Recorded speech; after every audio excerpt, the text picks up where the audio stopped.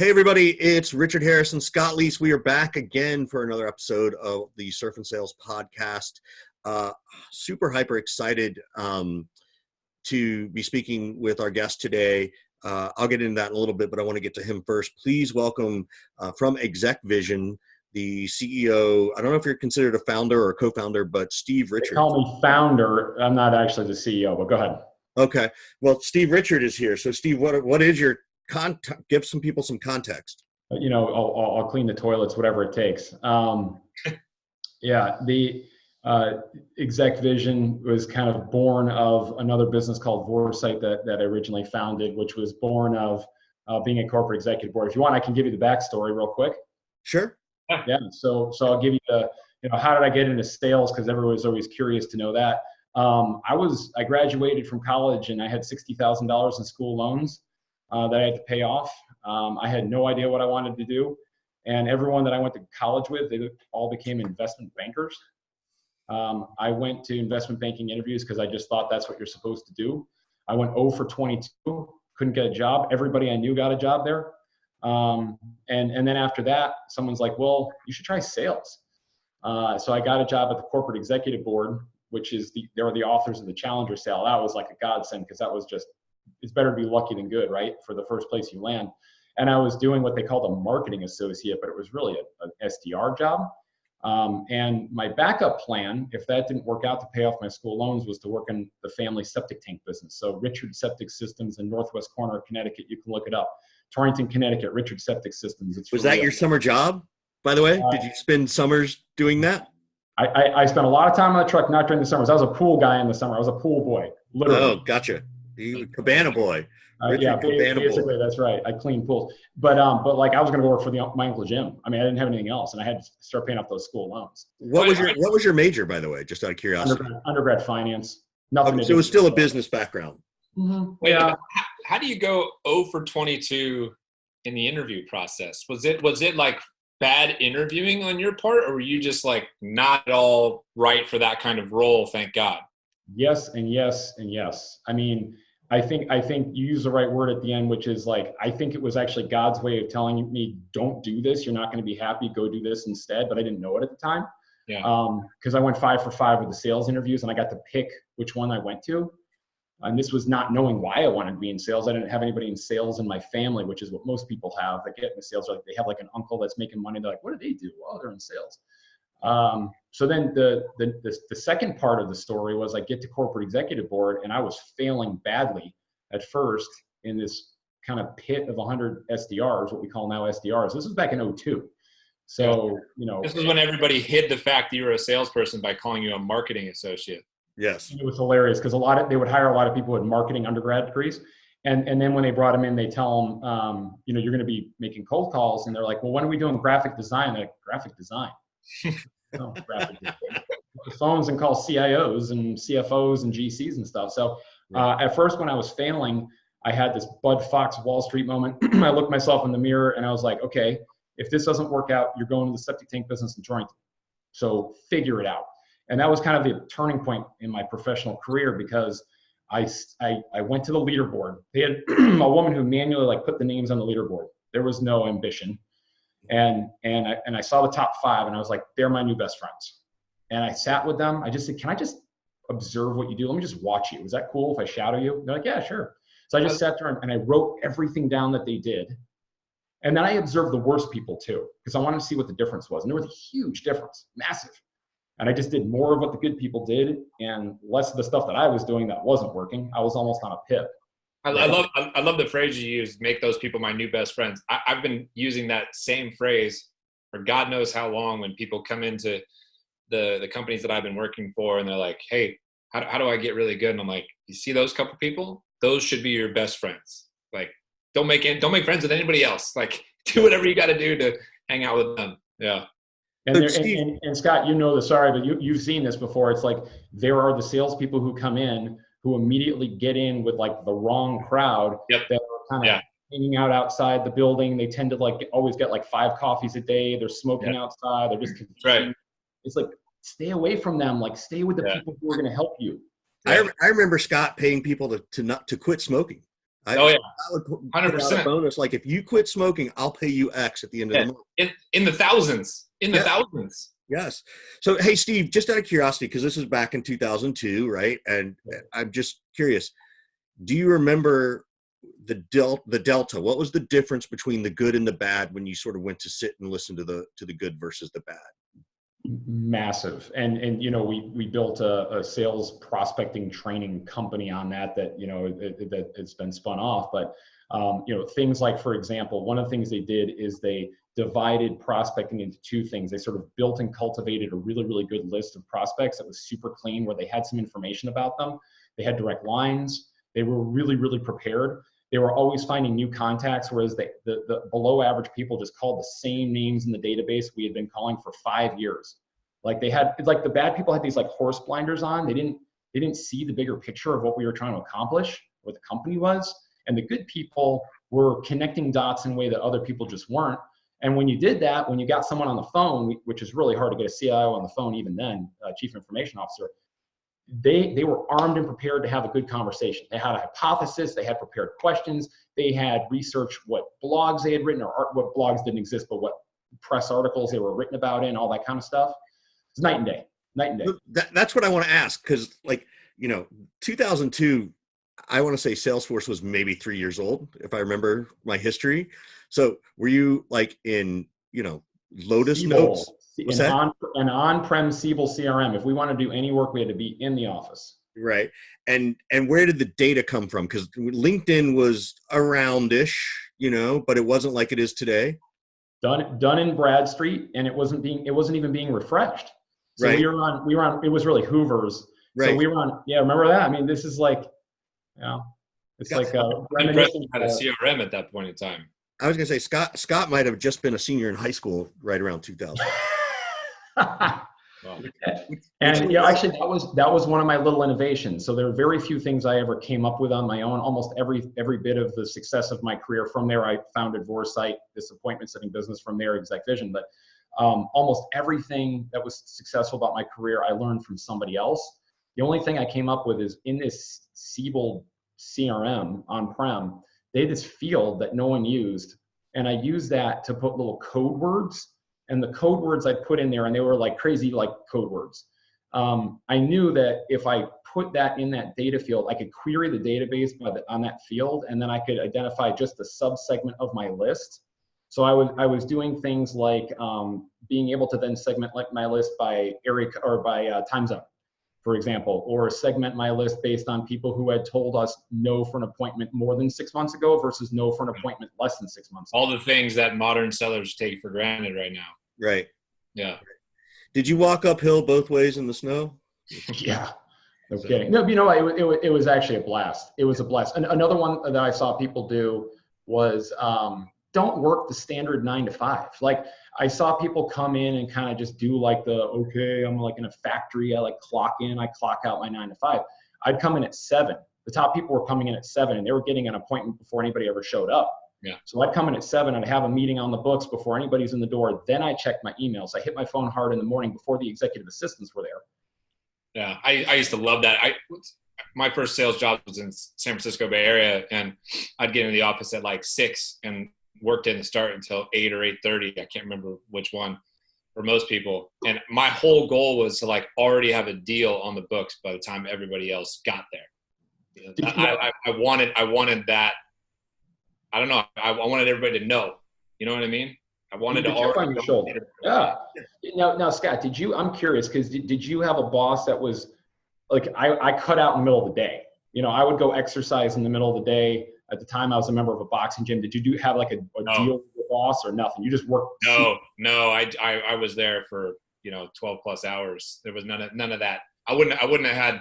First of all, the organizations that I worked for had none of this like freedom, flexibility, work from home, take a 2-hour break, do whatever you want as long as you hit your numbers. It was like, hey, I really appreciate you going above and beyond, but don't you even think about leaving your desk between 8 and 5 or whatever.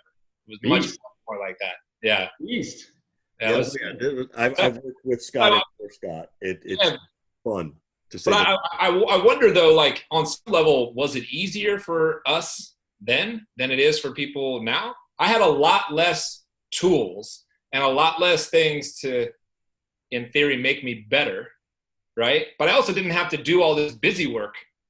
You know what I mean? Like, I don't know. I wonder if I would go back in time, like, would I be as effective in my early days now dealing with all the technology and the tools that people have? Do you think that it's easier or harder for people to sell now versus, you know, in the early 2000s? There are two sides to that answer. One side of that answer is the macroeconomic climate for SDRs and people who are trying to get in the door. But we don't have to just talk about SDRs, but is because there are just so many more of them now, and it's so much more of a documented, you know, function within a company. It's definitely harder, and I can point to real data behind that to give you that answer, which is a lot of different appointment setting firms like Memory Blue, Market Source, By Appointment Only, many others are customers of our ExecVision platform, and they can kind of technically compete with Vorsight, but we swap notes frequently on like, what are you seeing, dial to connect to appointment, email rates, all that kind of stuff. And as a general rule of thumb, it is trending down over time. Yeah. Now on the flip side, if you look at the top people are still able to do stuff that everybody else can't do. So you know, like there are three personas of especially hunting salespeople. Persona number one is the Cowboys. The Cowboys just shoot from the hip and ask questions later. There's just so much volume that sooner or later they can get to their number. The Librarians are just really diligent researchers, but they don't have the volume, but they're very well informed. But the happy medium we see, we call them the sniper shooters. The sniper shooters have just enough research to be dangerous. You still see in every sales organization that I have observed, 200 of them, there are at least one, if not more, sniper shooters that do more with less, leverage the tools around them much more effectively, masters of synthesizing information from different sources, masters of, you look at their workstation, it looks like a cockpit with 3 screens around it, and they're able to do things that kind of blow my mind. Like to your point, I don't know if I'd make it as well now as I did then. Yeah. What are what, you know, growing up, did you ever have a sales job? You know, did you ever have, you were just the cabana boy? Yeah, it was I cleaned a lot of people's swimming pools. I was like ride the truck around, go to like people's houses, and you know, I'm like the cool guy that shows up. Did you make the leap straight from sales rep to CEO founder? Yeah, good question. So at CEB, I went to 1 out of 100. I broke the comp plan. For marketing associates, got promoted into quota carrying sales, as did 10 of my colleagues, you know, and I did that for about a year, and then founded Vorsight. So no, there really wasn't another. So what were the ways that you learned how to be an effective manager and leader of people, having skipped some of the like traditional path, at least that sellers would follow, which would be like sales manager, VP, that kind of thing? Well, you make a big assumption there that I'm an effective manager. That's I am making that assumption. I'm giving you the credit. Well, look, I mean, you know, I'll tell you what. So it was a little odd for me because pretty much all of the sales leadership know-how I developed through being on site and working with a lot of clients over the years, over 200, going to a lot of you know, industry events, places like the AAISP and the TOPO events and those kinds of things, and then doing a lot of studying of it and reading of it. I don't think I'm actually that good at sales management or sales leadership, really. Although, funny enough, in my career, we've sold appointment setting services, training programs, and now conversation intelligence technology in a similar category with Chorus and Gong. We've sold all this. I've sold all this stuff to sales leaders, but I don't think I'm that great of a sales. I'm like a better advisor to sales leaders. I'm a sales leader myself. And I think the reason for that is, this is going to sound awful, but it's just the truth. I kind of get bored of it. And what I mean by that is like the best sales leaders, Dimitri Melhorn, this old mentor of mine, said this, and he's so right. He's like, the best sales leaders are, it's monotonous, but they just keep going, and it's just a consistency of repetition that they have over and over and over and over and over. CRO means Chief Reminder Officer. The inspection of the metrics, the hiring rhythms, the board reporting rhythms, all these rhythms are they're kind of monotonous, to be honest with you. They really are. Yeah. And I've just never been as good at that. I'm better at like advising people. Yeah. They are extremely monotonous. And it's funny because I've talked to so many sales reps who are like, oh, I don't want to be a rep anymore. I'm so tired of doing the same thing over and over and over. And I'm like, you think once you're a sales manager that same thing won't happen? And then I have the conversation with sales managers who are like, oh, I'm tired of, teaching these salespeople and like having these one-on-ones. Like, I wish I was a VP so I could do something different. And then it's like, well, wait a second. When you're a VP of sales, don't you think you do the same thing over and over and over? And every step of the way, is there a point where that stops? Do you do the same thing as a CEO? Yeah. As a founder, but it's different. I'm kind of lucky and I'm kind of strange like that. My business partner's our CEO. So for me, I get to he always gives me a hard time. He's like, you get to do the fun stuff. You get to go work with the customers and the clients. You get to, go speak at the conferences. You get to do stuff like we're doing right now. Going back to your point about the sales people though, that drives me a little nuts because I think the sales cycles and sales motions that you experience throw you curveballs every day. There's always something new to learn. And the top salespeople, if the comp plan is structured correctly, the top salespeople in some cases will make or should make more money than the sales VP. Yeah, that's what it's supposed to look like. So you're supposed to incent people. A master of this is Kevin Gaither at ZipRecruiter. I'm sure where it's like I want that person to be in the job because it's the perfect fit for who they are and what they want to do and what's in their bones, what's in their DNA, not because they think they're going to make some more money of it or they think they're going to be less bored or something. Yep, I totally agree. And Kevin is a genius of it. He plays chess at a very different level when it comes to sales leadership and management. And he's one of those. He's also one of those people who's Scott. We should have him on, but who's literally grown the company from a few hundred to a few thousand and survived as a sales leader. Right, like the company kept letting him take the risk and the initiative, which is also very unique and different, I think, a lot. What do you think about the challenge that, VPs of sales are getting, pushed out in 19 months or 17 months? Like you've been around long enough to see it happen. Do you think that's going to shift? Do you think that's going to start to kind of go, wait a minute, we got to bring in marketing on this because it can't all just be sales' fault? Like I see you nodding your head negatively. So what do you think? Oh, goodness, I hope this changes. I mean, let me kind of give you the lay of the land. And Richard, you have the perspective of working with lots of companies too. So you see this. The lay of the land out there is when you're at 12 to 18 months, you just have it figured out. And I'm seeing this with our own Chief Revenue Officer, Scott Shaw at ExecVision. We hired the CRO as my replacement, so I could do the things we need to do to grow the company. We're finally at a point where he's about a year in, where we're finishing each other's sentences, and he gets it. He gets all of it. He gets our ideal customer profile. He gets why we win, why we lose, the competitive landscape, everything. He gets it. And then the idea that then he could be evaluated and judged at like month 18 is insane, because once you're up that learning curve, it's probably going to take another 12 to 18 months before you have the chance to really cash in on it, and this revolving door that is the modern economy is nuts, where everyone now is programmed to work 2 years at a company and then have or 3 and have your options fully vest, and then go to the next one for 2 to 3, then go to the next one. And I'm seeing a lot of people, especially in places like San Francisco, they treat their career almost like a VC, like they're building their portfolio of holdings, because they say, well, heck, if I work at 7 places and I work in each of them for 2 or 3 years and fully vest, one of those 7 is going to hit big. Guilty. True. Wow, that's bullshit, man. I'm going to call, you were, how long were you at Outbound Engine for? A lot longer than that, weren't you? No, I was there for 3 years. Were you really?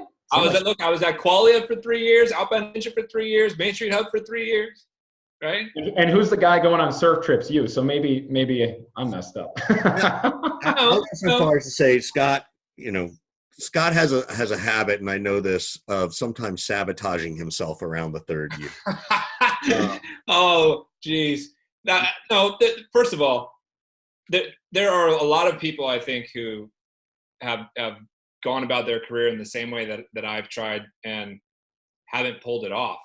And I think there's a lot of people. That would be me.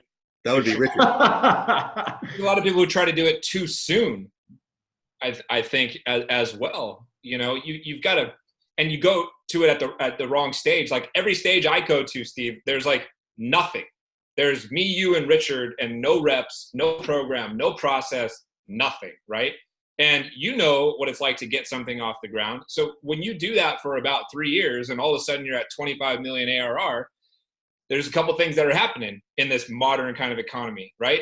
You just grew the business like 700%, right, over a couple of years. But this last year, the business grew at like 125%, and you're starting to get kicked upside the head in the backside because, you know, we're a little worried you're slowing down and like it's not going fast enough. And you combine that with the regular exhaustion and then the looming threat of some other VP topping you, right? And so you reach this place, at least for me, this has been true, where it's like, you know what? Fuck all that. Like, I don't need that noise. I don't need somebody staring above my head. And so, you know, I think maybe it's time for me to move on. And, you know, I don't know that I'd recommend it for everybody, but that's the way that mine has gone. But there's these outside factors have contributed to that, right? This threat of being topped, right? This specter of like, dude, your 110% growth is not good enough. That's the tough part. Right. Totally. And the irony of all of it is, in most cases, when they bring in the next one, they underperform, but then they let them underperform for 18 months and then they let them go. Yes. It's like, how much revenue did you lose because you're being short-sighted? I'll give you another real quick example about this. And Richard, I think this will resonate, hopefully it will resonate with you, which is I see people all the time that have a sales process methodology. And I mean like methodology with a capital M, you know, like a force management, or, you know, like what you do, Richard, or they work with like a company like the Bridge Group. There's so many different, you know, Sandler, Richardson, whatever. And they'll do it. They'll have like a session and maybe they do a reinforcement on it. And then the next sales VP comes in and they bring their own playbook, but they never stop to say, what are the pieces that are already resident here that are working? Like, what did Scott leave behind? Like their mandate from the board in many cases is just like wipe the slate clean and scorched earth and start over. What a silly thing to do. Why throw the baby out with the bathwater? I don't get it. So I wrote this article called Sales Training Programs Are Like World Religions. Like, all right, people, if you're going to contract with Richard Harris, go in with Richard Harris and stick with Richard Harris for at least a few years, because guess what? The first time he comes in, their brains are wired to forget. Our brains are wired to purge and forget information. It happens when we sleep. It's called the forgetting curve. It's a thing. You can look it up. It's not hard to find. Work with him consistently, repeatedly, every quarter for 6, 8 quarters, and then come back and tell me you want to make a change. And you're probably not, because it's probably working. You know, it's like these people that shift exercise habits and diets and routines, and they can never find the right mix. I'm boring. I wake up every morning at 5 a.m. naturally on my own, and I go running. I do it every day. I eat more or less the same shit every day. And it's fine. It works for me. And I don't have to spend money on a gym. I save $50 a month that I would spend on the gym. That's me. That works for me. But you got to find what works for you. You got to be consistent. That's the magic word: consistency and accountability. And organizations screw this up all the time. This happens with professional sports organizations all the time. You look at head football coaches, for example. They're out nowadays in a year, 1 year if you're in Cleveland, right? And the upheaval, they're firing general managers. There's no stability at all. They bring in, you know, you see young quarterbacks. Like, you spent $40 million to sign this rookie quarterback, and you throw 3 to 4 offensive systems at them in the first 3 or 4 years, and then that quarterback is labeled a bust. Come on, man. That's ridiculous. Bam, you nailed it. And look at the Super Bowl and who we have as the 2 head coaches. Right. You know? And you know who gets it right? Like, you know, Andy Reid's made the playoffs like 12 or 15 seasons or something crazy like that. Shanahan looks great. And the Redskins are the epitome of what not to do. That's right. I didn't want to name any names. Broncos are that bad too, right? Like, I'm not happy. Right now, I will be the first to say that Elway has to go. He's just not a good GM. He just can't pull it together. So he's a good player. Controversial Denver Broncos. What are you talking about? There's nothing controversial about it. It's like the record speaks for itself, Scott, as you like to say, right? Sure. I can't. But again, this goes back to, because the two keywords, I even wrote an article about this. There was a blog called the 2 most important words in sales leadership. And it was the story of when I founded ExecVision from our Vorsight business. And the first thing I did is I basically interviewed, or more or less sales calls, but I was interviewing and doing deep discovery with 200 VPs of sales. And I was trying to identify themes, and the theme I kept hearing was consistency, accountability, consistency, accountability. What's another word for consistency and accountability? Routine, or monotony. But there it is. Like, the people who are the best at the consistency, the best at the accountability. And in the article, I talk about my wife, because we've got 4 kids, ages 4, 6, 8, and 10. I can't believe one of them hasn't busted in here yet. But she has this system with the kids. It's called the penny system, that she picked up from one of her friends or some book or something, where if they do something good, they get pennies. It's like a spot prize, but the pennies is not it's a measuring stick for points. It's not like the currency of a penny. And when they hit a certain number of pennies, they can trade them in for different things, like an ice cream or a prize, which she puts like the prizes right next to the pennies. So they see, like, if I get these pennies, I get the prize. This shit works. It works in its consistency, it is accountability, again and again and again and again and again. So, what's it like having 4 daughters and being the only male figure? Like, how much? I was thinking to myself, I got one son. Yeah. Oh, you do? You have 4 daughters? Wait. Oh, you have 4 kids, 3 daughters. 3 girls, 1 boy. Yeah. There you go.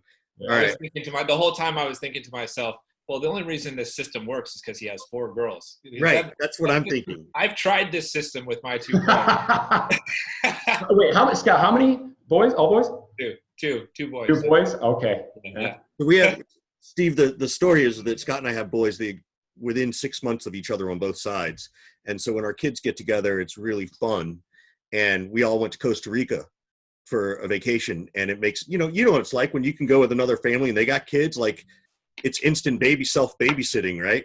And that's where Surf and Sales even came from, was Scott just sort of turned to me one day and goes, how come nobody comes here for something? Like, why don't we do this? And I said, okay. And Scott's always that idea guy. And then you kind of have to sort of, well, yeah, you're right. Let's do it. And so that's how this all started, was our kids, in all honesty.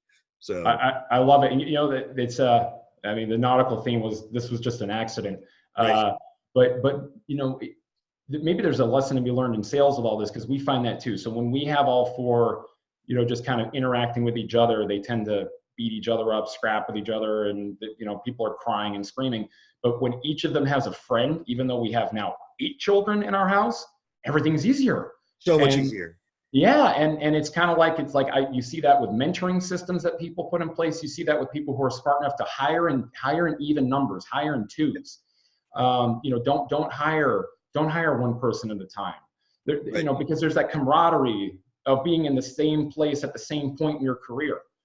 Yep, totally agree. What do you see happening now, right? So we are at this world of the ExecVisions, right, where you have this sales intelligence that really gets deep and specific, almost to the point that in a couple of years you literally could script word for word, tone for tone, how the conversation should go. We're in a danger zone now, guys. We're in a danger zone. Yeah. You got Westworld coming. Westworld. Yeah, and we're at a point where too many people are zigging, and then all of a sudden, if you zag, you win. And what you got to realize is that there's so much research coming. I mean, hell, we even put some out. We put out some research about you shouldn't coach your low performing reps. We did it. We did it. Looked really deep at the data in our system across our 100 customers, and realized that when you coach low performing reps, their calls actually get a little worse over time, like by about 1 or 2%. You're like, wait a minute, how is that possible? It's because you should coach them on activity. But like you said, Westworld, it's like that's like a self-fulfilling prophecy. That's dangerous.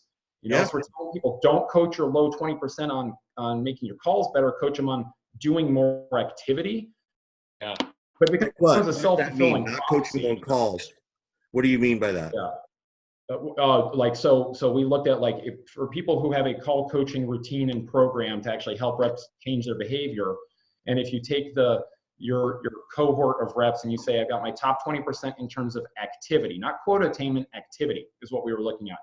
And then your middle 60 and then your bottom 20, if you do call coaching for your top activity reps and your average activity reps, they get a lot better. Their calls get better, like by it's like 14% in the study. But if you coach the low activity reps, their calls actually get a little bit worse, which seems strange. It's like, why would that be? But it's because they don't have enough at bats. But I tell you what, I was talking to this guy Mansour, who's the CEO of FrontSpin, and he said he was talking to a sales rep at an unnamed company, I'll leave unnamed, and they were recording. You know, I record everything, but while they were recording, the rep was like on this very, very specific path. And he said it was just very odd. It was an odd call. And then at one point, he asked that they turn off the recording. And he said, all of a sudden, this rep became normal again. They became human. We were having a real conversation. And the sales experience as a buyer was a hell of a lot better. It was a hell of a lot better than when they had that on, because he knew that the system was analyzing him for what he was saying and that kind of stuff. So even though I'm in this, you know, I'm like, I got my kids' college savings in this category called conversation intelligence. I'm as nervous about it, and I'm equally nervous about sales cadences with what they're doing at places like Sales Loft, Outreach, Zant, Dial Source, etc. I love it, and at the same time, it scares the bejesus out of me. I think everything's going to look very strange in a few years compared to where it is now, and I think the only thread that will carry us through all of it is the ability to have effective messaging.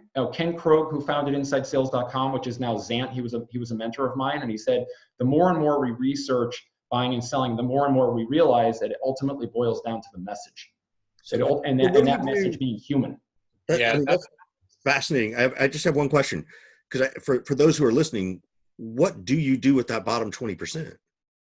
Don't do call coaching. I mean, literally, that's what our study with our data science team came out and they get said, rid of them, or do you coach them something different, or just leave them alone? Let me give you my take on this, because I think that Steve's data speaks the truth, but I think too many people hear that and hear, don't coach the bottom 20%, don't try to help them at all. And I don't think that that's the right answer. It's just, don't call coach them. That's not what they need help on. The bottom 20% are the bottom 20% probably because of their belief systems and their habits and their mindset. It's a totally different thing that you work with them on. So what I would do with the bottom 20% is try my best to get to know them, get under their skin, figure out what makes them tick, figure out all the things that they're doing wrong mentally, right? And try slowly to affect some positive changes in those areas. And then the other things start to slowly take care of themselves. And I think that what's the part that worries me is, well, I think what I just talked about is like keeping the humanity in leadership and coaching. And I worry that all the data is just driving all of that humanity out. And everybody will just throw the bottom 20% away, and they're useless, and nothing good will ever come of them, right? And there's a big distinction there, in my opinion. That's Amen. And I'll tell you what, there's a phrase that just gets tossed around way too much, which is, I am a data-driven sales leader. You know, and I talked to Trish Bertuzzi about this a little bit from the Bridge Group. It makes me I throw open my mouth a little bit but there's a great part of it.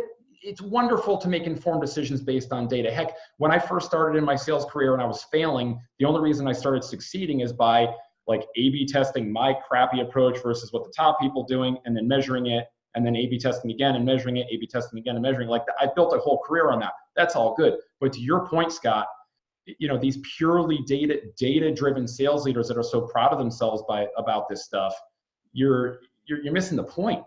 Yeah. I mean, you're missing the point of what sales is all about in the first place. Yeah, I totally agree. So we're going to flip the script on you a little bit, to borrow a phrase from our friend Beck Holland. You know, I know Beck. I like her. She's wicked smart, super smart. Yes. How can we help you? What can we do to help Steve Richard? You know, what are you looking for that Scott and I could be of service to you? I don't know, man. That's a real. So I've done this. I went on this mission about 3-4 years ago to create that Call Camp, which you were on, Call Camp webinar series. Yeah. Where and we kind of put it on ice for a little while, but I think we're going to bring it back. where we break down real sales calls for what works and what doesn't. Since then, I've seen some other companies do it too, but up until that point, I'd never heard anyone do that. It was modeled after Gruden Quarterback Camp. There's this like unbelievable kick-ass library of webinars. They're all broken down by topic area, you know, like discovery or how to lead a cold call or objection handling or how to close the sale, like whatever. There's a lot of things with people like you being the guest coaches. It's free sales training. It's sitting out there on our website. Like go to our website, go to Call Camp on demand, have your reps watch the thing. I guess the answer to my question, this is weird. It's not so much self-serving. It's more a question of like we put in the sweat to put that together. I just want as many people as possible to get better from that. You see that on my LinkedIn. I say like my goal in life is to have, my professional goal is to help as many sales teams as possible become as successful as they possibly can. Because in the course of me doing that, I'm a big believer in the book, The Go-Giver. You know, in the course of me doing that, I'm going to get so much back in return, and I have. I mean, I've gotten an unbelievable life that I never would have had if I had gone down different career paths, you know, that I should have been going down. So that's really it. Like let's all just keep advancing our profession, as trite as that sounds. Check out your call camps. Yeah. Happy to do it. Go check it out. If you do bring any of those back, maybe Richard and I can help with a new one. Let's do it. Let's do it. I want to help you guys grow your surf and sales, because I can't surf, but I want to get there at some point. When my kids are a little bit older, I'm coming in. Yeah, well, I actually had to stop. I stopped surfing for right now. So not everybody surfs. So, you know, a lot of people What's up with that? What's that? What's up with that? I have ear issues, so I have water getting in my head and all this stuff. But, you know, it's also sand in sales. Like, you do get to sort of just chill. You know, it's almost as much fun watching people and encouraging people, seeing them learn to surf, like seeing them learn to sell. Like, it really is fun when we bring these people who've never done it before and they get up on the first day and they're so excited, and then they want to get up the next time. Like, it's pretty cool. So it's you don't have to be a surfer, but we can also switch it around, Steve, and you can be one of the people who helps us launch snow in sales, since you just got done skiing earlier today. That's more up your alley, maybe, right? Right up my alley. Yeah, I'll be getting dropped off by a helicopter in the top of the Chugach Range in Alaska in late April. So I'll be on the bunny hill dressed like the kid from Christmas Story, because I can't see All right, Steve. This has been fascinating. Love the insights, love the shares, love the knowledge. Everybody, please go check out ExecVision. They're great at what they do. If you don't know Steve, or you're just getting to know him, this is Steve on like level 4. When you get him in live and in person, he's on like 10, and it's awesome. And he's massively motivating, even though he says he probably isn't. He is so much fun to work with, and we know what he's doing into ExecVision and Vorsight and all those places. So thanks, Steve, for coming on board. Talk to you soon, bud. Appreciate that. Take care, guys.